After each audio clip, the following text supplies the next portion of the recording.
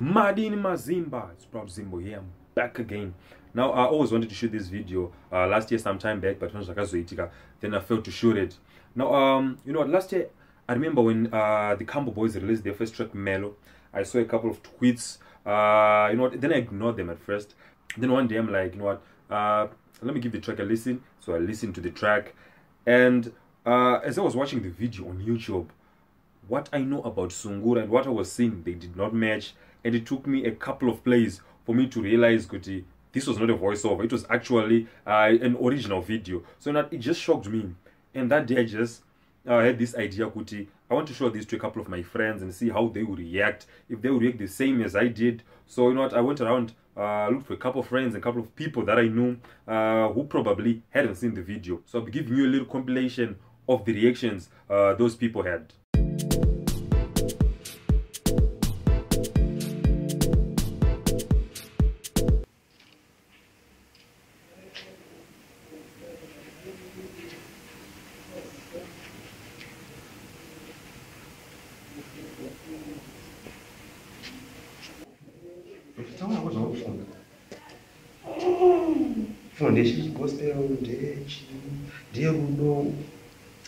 Obviously it's a love song. That's very obvious.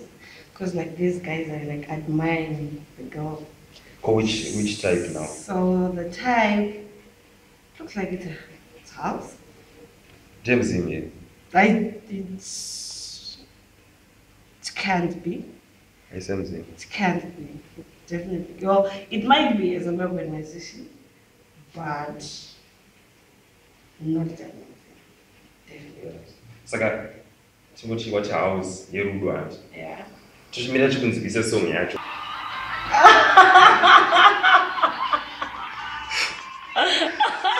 But no, the funny part of it is that I actually, in the first place, I thought it was Rumba. But I mean, I don't know. Rumba? Yeah. Listen. Museve! Like me!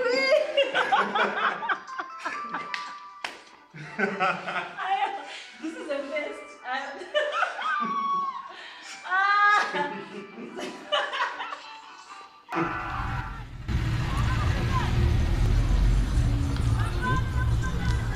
Murga yati type ipi?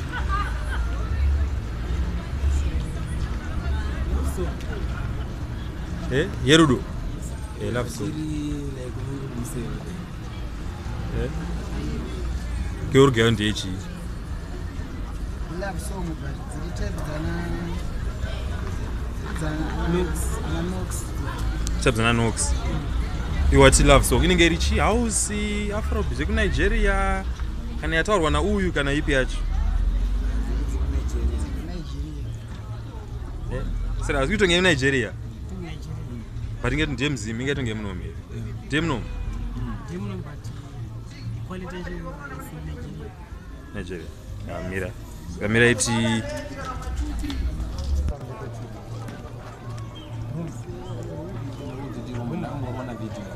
Tinda kwa mtari. Tinda kwa mtari lazima tumu sponsor.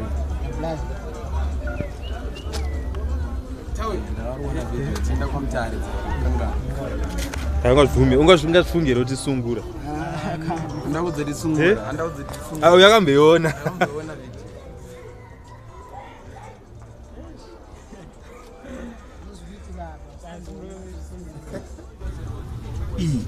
Iyo video yauri kuona iyi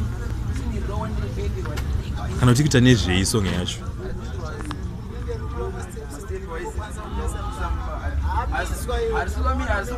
kwaito here house here R&B here muchingoiona zvenyu maiti toiti yechi R&B ndiye rudo ruderawo ndechi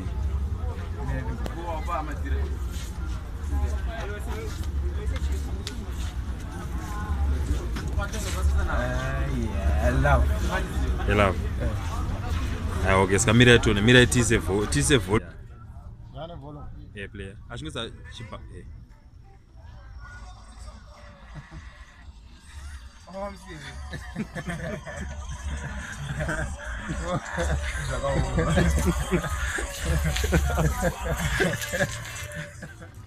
Yeah, player. Ayewa, ndikoda ma reaction yenyu chete. Ayewa, nai. Ndangoda ma reaction.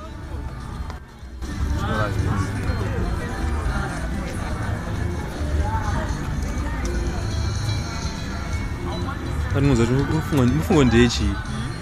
Nesa muri kuona.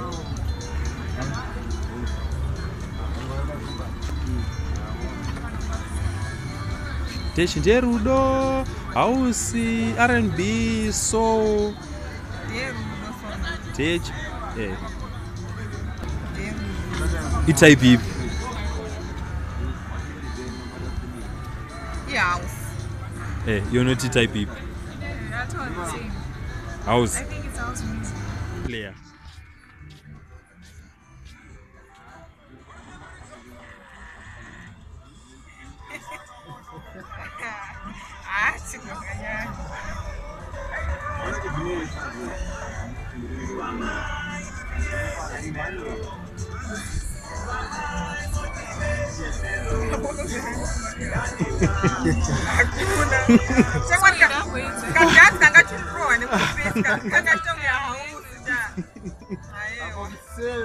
So yeah, that's it for this short video of reactions.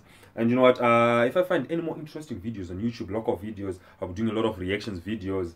So if you enjoyed this video, give me a thumbs up down below. See you again next time.